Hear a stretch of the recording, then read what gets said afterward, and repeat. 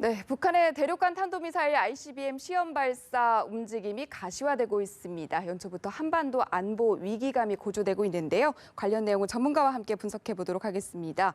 부영욱 한국국방연구원 국방안보전략실장 나오셨습니다. 어서 오십시오. 네, 안녕하십니까? 네, 앞서 저희가 전해드린 것처럼 북한이 ICBM 발사를 준비하는 것으로 볼 수 있는 정황이 포착됐다라고 미국의 전문가가 밝혔는데요. 네. 어떤 근거로 어떤 내용을 밝혔는지 쭉 한번 정리해 주시죠. 네, 조셉 버뮤데즈라고 예. 미사일 전문가입니다.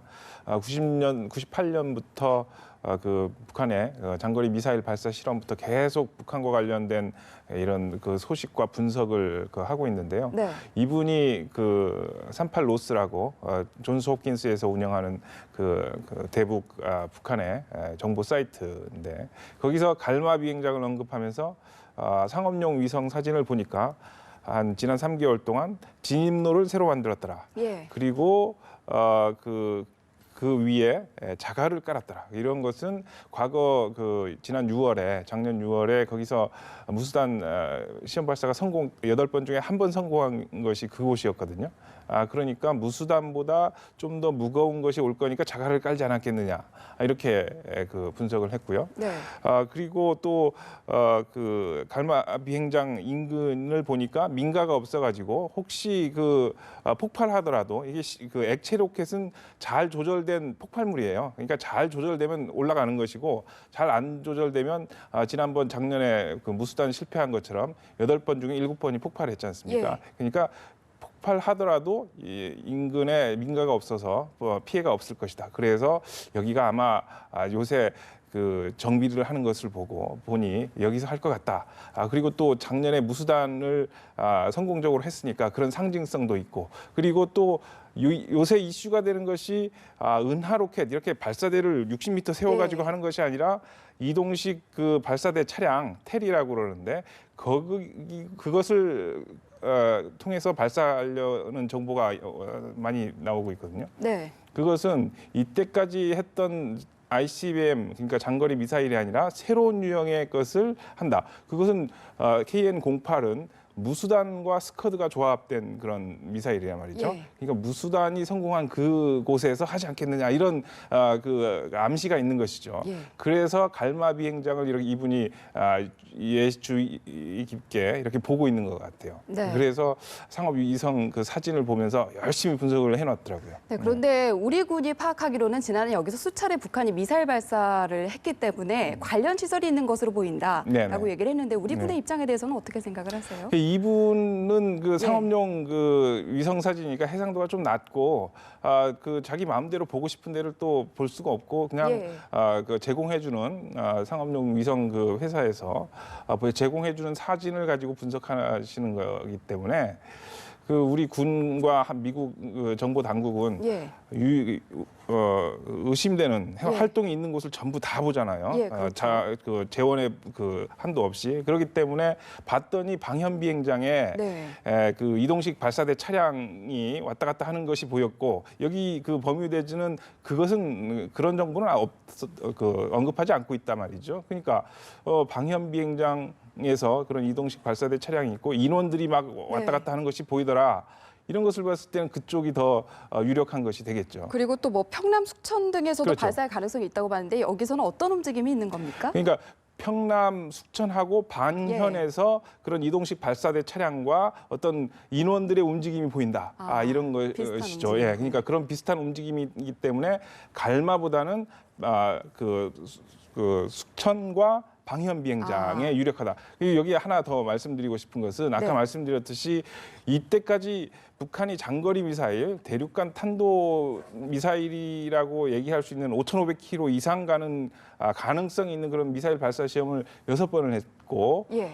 그것이 처음 3번은 저 함경도의 무수단리에서 했고, 그 다음은 새로 그 발사대를 설치한 평안도 동창리에서 했고, 네. 이번에 7번째는 또 다른 데서 한단 말이죠. 이게 좀 의미가 있는 것이죠. 그리고 다시 말씀드리면 이때까지는 발사대를 60m 세워가지고 큰 거 이걸로 했는데 차량에 실어서 움직이는 로켓을 했다. 이것은 전혀 다른 로켓이다. 이번에 만약에 예. 장거리 미사일 발사 시험을 한다면 그것이 또 ICBM이라면 이때까지 우리가 봤던 미사일과는 전혀 다른 미사일, 네. 무수단 로켓, 무수단에 썼던 그 로켓을 가지고 하는 새로운 형태의 미사일을 장거리 미사일을 시험할 것이다. 이것을 유의 깊게 봐야 되고 네. 그렇기 때문에 지금 방현이냐 숙천이냐 혹은 갈마냐 이런 것이 굉장히 그 정보 당국, 정보 관련된 분석가들한테는 초미의 관심이 되는 그런 것이죠. 네, 동향을 상당히 예의주시할 필요가 있어 보이고요. 우리 군은 일단 ICBM 탐지와 추적을 위해서 이지스 구축함 그리고 공군의 항공 통제기를 투입한 것으로 알려졌는데요. 네. 각각 어떤 기능이나 어떤 역할을 하게 되는 건지 네. 설명해 주시죠. 이지스 구축함은 그 이지스라는 것이 영어로 방패라는 것이거든요. 예. 그러니까 배가 다니면 그 전투함이 다닐 때 그 공중에서 때릴 수도 있고 그러기 네. 때문에 이런 것을 그 비행기보다 좀 느리잖아요. 아무래도 배가 그렇기 때문에 이 정보를 다 수집하는 거예요. 그래서 이 이지스 책이라는 것은 각종 그 정보 그와 탐지 이런 것이 그 현대의 첨단 기술이 총 집대성된 그런 이지스 책이란 말이죠. 그걸 일명 이지스 책이라고 하는데 이것은 동시에 1000개의 표적을 할 수 있고 20개의 표적을 동시에 공격을 할 수 있는 예. 것이다. 그것을 지금 방현이나 숙천 이런 데 이상 동향이 있기 때문에 위성으로 네. 봐서 그 인근의 통상보다 한 척을 더 우리가 그 해군이 이렇게 파견을 했다는 것이고 피스아이라는 것은 그 공중에 떠서 레이더 굉장히 성능 좋은 레이더가 공중에 있다고 보시면 되는 거예요. 예. 737 보잉 737 여객기에 각종 첨단 장비를 잔뜩 이렇게 장착해서 또 비행기에 이렇게 좀 모자같이 이렇게 어깨에 뭐 있는 것처럼 통상 에이왁스는 동그란데 우리가 갖고 있는 것은 좀 뭔가 모자처럼 이렇게 돼 있는 예. 형상인데 이것을 가지고 공중에 떠다니면서 이렇게 이것도 1000개의 표적을 이렇게 감시할 수 있고 저 위에서 보니까 저고도로 날아다니는 이런 그 물체들도 식별할 수 있다. 그러니까 저고도이니까 발사 직후에 이것을 탐지할 수 있지 않겠느냐. 네. 이런 것이죠. 그러니까 우리 군이 지금 굉장히 아까 말씀드렸듯이 새로운 유형의 미사일일 수 있기 때문에 네. 이것이 몇 초 동안 그 엔진이 연소되고 그다음에 단분리가 언제 이루어지고 이런 것을 알아야 이 북한의 기술 능력을 판단할 수 있고 우리가 완벽한 기술 수준에 이르기까지 몇 년의 시간이 남았으니까 우리가 그때까지 미사일 방어 시스템을 만들어야겠구나.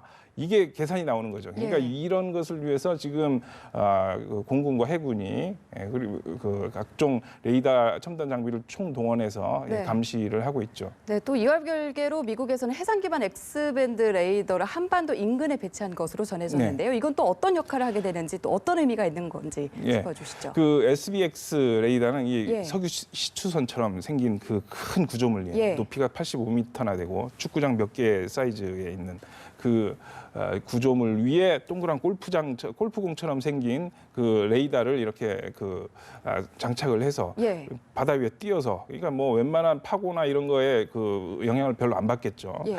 이게 그 탐지 거리가 2,000km가 넘는다 그래요. 그럼 그러니까 어디까지 이렇게 볼 수 있는 그러니까 건가요? 그 지금 한반도 인근 그 서태평양, 그러니까 미국으로 봤을 때 서쪽 태평양이니까 그 일본 좀 넘어서 한반도와 그 사이에 있는 것이죠. 중국하고 이쪽에서 보면 2,000km라면 우리나라 전역을 커버하고 일본과 중국 인근까지 커버하는 그런 그 탐지 범위를 갖고 있죠. 그래서 이상 징후가 있으면 아까 말씀드렸던 미국도 한국과 똑같은 목표입니다. 이 북한이 어느 정도의 기술 수준을 가졌을까? 새로운 것 같긴 한데 이때까지 했던 발사대에서 세워가지고 그 발사대에서 세웠을 네. 때는 그 위성으로 다 볼 수 있잖아요. 예.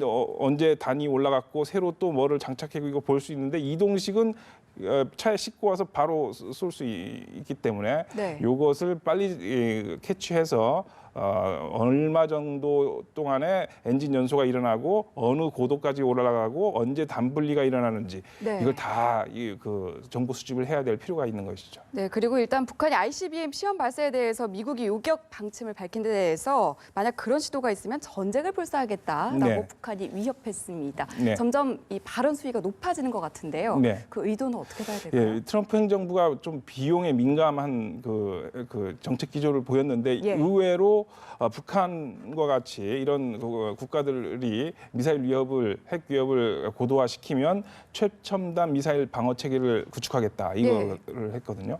이것은 미사일 방어 체계는 지금 있는 것만 해도 굉장히 그동안 80년대부터 연구 개발해서 양산에 들어와서 시험하고 돈이 엄청나게 들었어요. 네. 예, 그런데 제가 보기엔 좀 의외였어. 이 계속 돈 얘기하고 미국 우선주의하고 비용이 생기면 동맹국들도 좀 보태라 이런 그 기조였는데 미사일 방어 체계를 강화하겠다고 하니 북한이 의외잖아요. 좀 의외로 받아들일 예. 거 아닙니까? 그러면서 좀 그 미국 트럼프 행정부를 좀 건드리면서 좀 호전적인 발언을 또 하는 것이죠. 그렇게 나와도 우리는 좀 더 강력하게 해서 강력한 반발을 보여주면서 이 동북아 한반도의 그 안정을 흔들어 버리겠다. 예. 그래서 이런 메시지를 던진 것이죠. 네, 그렇다면 이 북한이 미사일을 쏜다면 미국이 말한 이 최첨단 방어 시스템으로 요격할 가능성에 대해서는 어떻게 예. 보십니까? 그 요격은 만약에 그것이 미 본토를까지 도달이 가능하다면 예. 당연히 요격을 하기 가능하겠죠. 지금 그 레이더가 일본에 2개나 있고 사드 레이더가 그리고 네. 요격 시스템이 이 알래스카의 포트 그릴리라고 거기에 이미 배치돼 있고 거기에서 못 잡으면 캘리포니아에서 다시 그쪽으로 미국 본토를 향해서 날아오는 이것을 쏘겠죠. 근데 제가 보기엔 일단 북한이 무서워서 미국 쪽으로 쏘지를 않고 예. 이렇게 좀 남쪽으로 그 공해가 있는 그쪽으로 쏠 것이고요.